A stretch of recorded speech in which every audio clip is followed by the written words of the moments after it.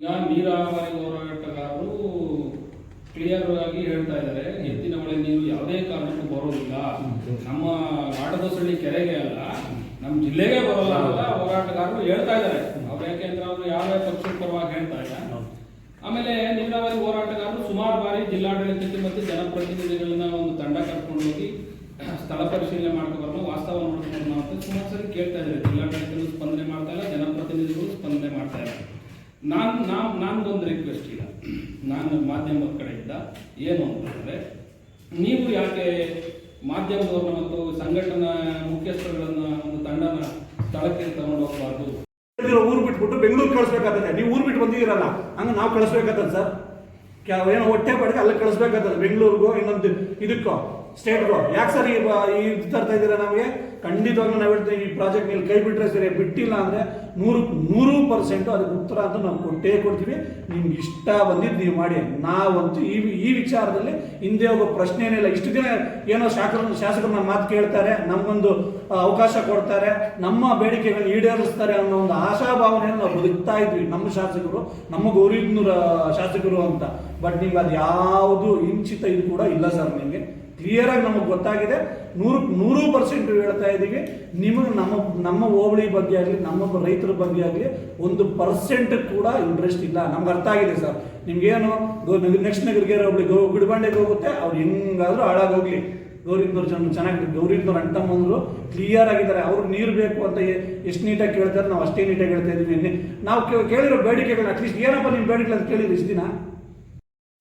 ನಮ್ಮ ಅಧ್ಯಕ್ಷರು ಮತ್ತು ನಮ್ಮ ಮಿತ್ರರು ಏನು ಹೇಳ್ತಿದ್ರು, ಈ ಎಲ್ಲ ನಮ್ಮ ಕೆರೆ ವಿಚಾರದ ಬಗ್ಗೆ ಎಲ್ಲರೂ ಹೇಳಿದ್ದಾರೆ. ಈಗ ನಮ್ಮ ನಿಲುವು ಇದ್ರ ಬಗ್ಗೆ ಅಂದರೆ, ನಾಳೆ ಏನು ಅನ್ಕೋತ ಅವ್ರೇನು 26ನೇ ತಾರೀಕು ಅವ್ರು ಏನು ಈ ಶಂಕುಸ್ಥಾಪನೆ ಕಾರ್ಯಕ್ರಮ ಅಂದ್ಕೊಳ್ತಿದ್ದಾರೋ, ಗುದ್ಲಿ ಪೂಜೆ ಇಟ್ಕೊಂಡ ಅಲ್ಲಿಗೆ ನಮ್ಮ ಒಂದು ತೀವ್ರ ವಿರೋಧವನ್ನು ವ್ಯಕ್ತಪಡಿಸೋಕ್ಕೆ ನಮ್ಮ ಎಲ್ಲ ರೈತ ಮಿತ್ರರು ಹೋಗ್ತಿದ್ದೀವಿ. ಆ ಒಂದು ಯಾವುದೇ ರೀತಿಯಾದಂತಹ ಕಾಮಗಾರಿಕೆ ನಾವಂತೂ ಬಿಡಲ್ಲ. ಈ ಒಂದು ಹೋರಾಟ ಪಕ್ಷಾತೀತವಾಗಿ, ಜಾತ್ಯತೀತವಾಗಿ ನಡೀತಿದೆ. ಈ ಒಂದು ಹೋರಾಟದಲ್ಲಿ ದಿಕ್ಕು ತಪ್ಪಿಸೋಕ್ಕೆ ಏನೇ ಪ್ರಯತ್ನಗಳು ನಡೆದರೂ ಕೂಡ ಈ ಹೋರಾಟವಂತೂ ಪ್ರತಿಭಟನೆ ಯಾವ ಥರ ಅಂತ ನಾವು ತೋರಿಸ್ತೀವಿ. ಎಲ್ಲರೂ ಒಗ್ಗಟ್ಟಿಂದ, ಇವಾಗ ಹೇಳ್ತೇವೆ ನೋಡಿ, ಎಲ್ಲರೂ ಒಗ್ಗಟ್ಟಿಂದ. ಇಲ್ಲಿವರೆಗೂ ನಮ್ಮನ್ನ ತುಂಬಾ ಜನ ಹಿರಿಯರೆಲ್ಲ ಹೇಳ್ತಿದ್ರೆ, ಮಾಡ್ರಪ್ಪ ನಿಮ್ಗೆ ಹಿಂದೆ ವಿಧಿ ಅಂತ. ಎಲ್ಲ ಹಿರಿಯ ಮುಖಂಡರಿರ್ಬೋದು, ಎಲ್ಲ ಪಕ್ಷಾತೀತವಾಗಿ ಎಲ್ಲರೂ ಬಂದು ನಮ್ಗೆ ಬೆಂಬಲ ಕೊಡ್ತಿದ್ದಾರೆ. ಈ ಒಂದು ಹೋರಾಟ ಮುಂದೆ ಹೋಗ್ತಿದೆ. ಸೊ ಈ ಒಂದು ಹೋರಾಟಕ್ಕೆ ನಮ್ಮ ಮಾಧ್ಯಮ ಮಿತ್ರರು ಸಹಿತ ನಮ್ಮ ಹೋರಾಟದಲ್ಲಿ ಕರೆಕ್ಟ್ ಆಗಿದೆ, ನಮ್ಮ ಹೋರಾಟ ಸರಿಯಾದ ವ್ಯವಸ್ಥೆಯಲ್ಲಿ ನಡೀತಿದೆ ಅಂತ ಹೇಳಿದ್ರೆ, ದಯವಿಟ್ಟು ತಾವುಗಳೆಲ್ಲರೂ ನಮ್ಮ ಬೆನ್ನೆಲುಬಾಗಿ ನಿಂತು ನಮ್ಮ ಒಂದು ಪ್ರತಿಭಟನೆಯನ್ನ, ನಮ್ಮ ಒಂದು ಈ ಒಂದು ಹೋರಾಟಕ್ಕೆ ತಾವುಗಳೆಲ್ಲರೂ ಕೈ ಜೋಡಿಸಿ ನಮ್ಮನ್ನ ಮುಂದೆ ನಡೆಸಿಕೊಡಬೇಕಂತ ತಮ್ಮಲ್ಲಿ ಕಳಕಳಿಯಾಗಿ ವಿನಂತಿ ಮಾಡ್ಕೊತಾ ಇದ್ದೀವಿ ಸರ್. ಧನ್ಯವಾದ. ವಡಸಳ್ಳಿ ಗ್ರಾಮ ಪಂಚಾಯತಿ ಆವರಣದಿಂದ ಸರಿಸುಮಾರು ಒಂದು 5,000 ಜನ ನಾವು ಕಾಲ್ನಡಿಗೆ ಜಾಥೆಯಲ್ಲಿ ತಾಲ್ಲೂಕು ಕಚೇರಿಯನ್ನು ಗುತ್ತಿಗೆ ಹಾಕಿ ಮತ್ತು ಅನಿರ್ದಿಷ್ಟ ಅವಧಿ ಮುಷ್ಕರವನ್ನು ಕೂಡ ನಾವು ಅವತ್ತೇ ಹಮ್ಮಿಕೊಳ್ತೀವಿ. ಕಾರಣ ಏನಪ್ಪ ಅಂದರೆ, ಇಲ್ಲಿರ್ತಕ್ಕಂಥ ಶಾಸಕರಾಗಲಿ, ಅಧಿಕಾರಿ ವರ್ಗ ಆಗಲಿ, ಶಾಸಕಾಂಗ ಆಗಲಿ, ಯಾವುದೇ ಆಗಲಿ ನಮ್ಮನ್ನು ರೈತರು ಅಂದ್ರೇ ಕೀಳಕ್ಕೆ ಕಾಣಿಸ್ತಾ ಇದೆ.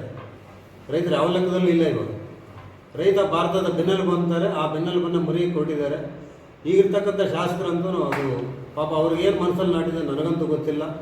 ಅವರ ಒಂದು ನಿಲುವನ್ನು ನಾವು ಕಠೋರವಾಗಿ ನಾವು ಅವ್ರನ್ನ ವಿರೋಧ ಮಾಡ್ತೀವಿ.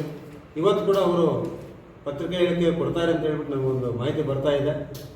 ಯಾವುದೇ ಒಂದು ಪೂರ್ವ ಮಾಹಿತಿ ಇಲ್ಲದೆ ನಮ್ಮ ಹತ್ರ ಚರ್ಚೆ ಮಾಡಿದ್ರೆ ನಾವು ಹಲವಾರು ಬಾರಿ ಹೇಳ್ತಾ ಇದ್ವಿ ಅವರಿಗೆ, ರೈತರನ್ನು ಸೇರಿಸ್ರಿ, ರೈತರ ಒಂದು ಸಮಸ್ಯೆಗಳನ್ನು ಆಲಿಸಿ, ರೈತರ ಕಷ್ಟ ಸುಖ ನೋಡಿ ಫಸ್ಟು, ಆಮೇಲೆ ನೀವು ಏನು ನಿರ್ಧಾರ ತಗೊಂತೀರಿ. ಯಾಕಂದರೆ ನೀವು ತಾಲೂಕು ದಣಿಗಳಿದ್ದಂಗೆ. ಈ 5 ವರ್ಷ ನೀವು ನಮ್ಮ ಯಾಕೆ ನಗರ ಹೋಬಳಿ ನಾವು ಮತ್ತೊಮ್ಮೆ ಕೇಳಬೇಕಾಗುತ್ತೆ ನಿಮ್ಮನ್ನು.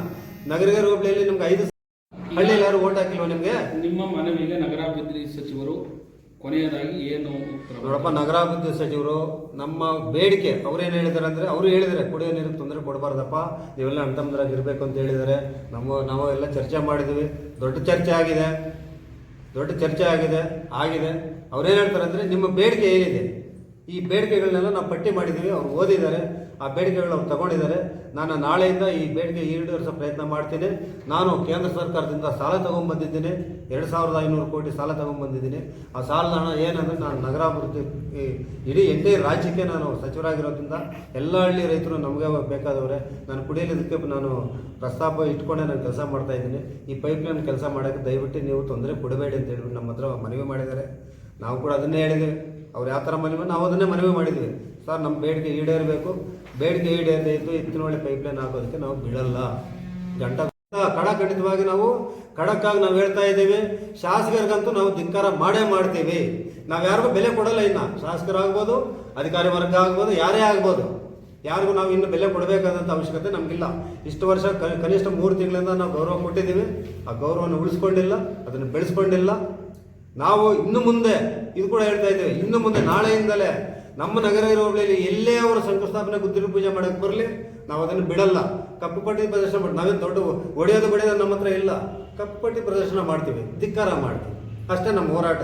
ಏನಿದೆ ಸ್ವಾಮಿ, ನಾವು ಬಡಪಾಯಿಗಳು, ನಾವು ಇನ್ನೇನು ಮಾಡಬೇಕು? ಅದಕ್ಕೆ ಮಾಧ್ಯಮದ ಮುಂದೆ ಹೇಳ್ತಾ ಇದ್ದೀವಿ, ದಯವಿಟ್ಟು ಅದನ್ನು ಆಲಿಸಿ ಅದಕ್ಕೆ ಸರಿಯಾದಂಥ ಕ್ರಮ ತಗೊಂಡು ಇಲ್ಲಿಗೆ ಬಿಟ್ಟರೆ, ಇಲ್ಲ ನಾವು ನೀರು ಕೊಡಲ್ಲ ಅಂತ ನಾವು ಯಾವುದೇ ವಿಷಯವಾಗಿ ಹೇಳಿಲ್ಲ. ನಾವು 3 ತಿಂಗಳು ನಾವು ನೀರು ಬಿಡಿದ್ವಿ ಅಂತ ಹೇಳ್ತಾ ಇದ್ವಿ. ಬಟ್ ಅದಕ್ಕೆ ಹಲವಾರು ಸಮಸ್ಯೆಗಳಿದೆಯಲ್ಲ, ಸಾಧಕ ಬಾಧಕಗಳಿದೆಯಲ್ಲ, ಅದನ್ನೆಲ್ಲ ಚರ್ಚೆ ಮಾಡಬೇಕಲ್ಲ. ಚರ್ಚೆ ಮಾಡದೆ ಇವತ್ತು ನಾನು ಏಕಾಏಕಿ ನೀರು ತಗೊಂಡು ಹೋಗ್ತೀನಿ ಅಂದರೆ ಏನು ಉದ್ದೇಶ ಇದೆ ನಿಮಗೆ?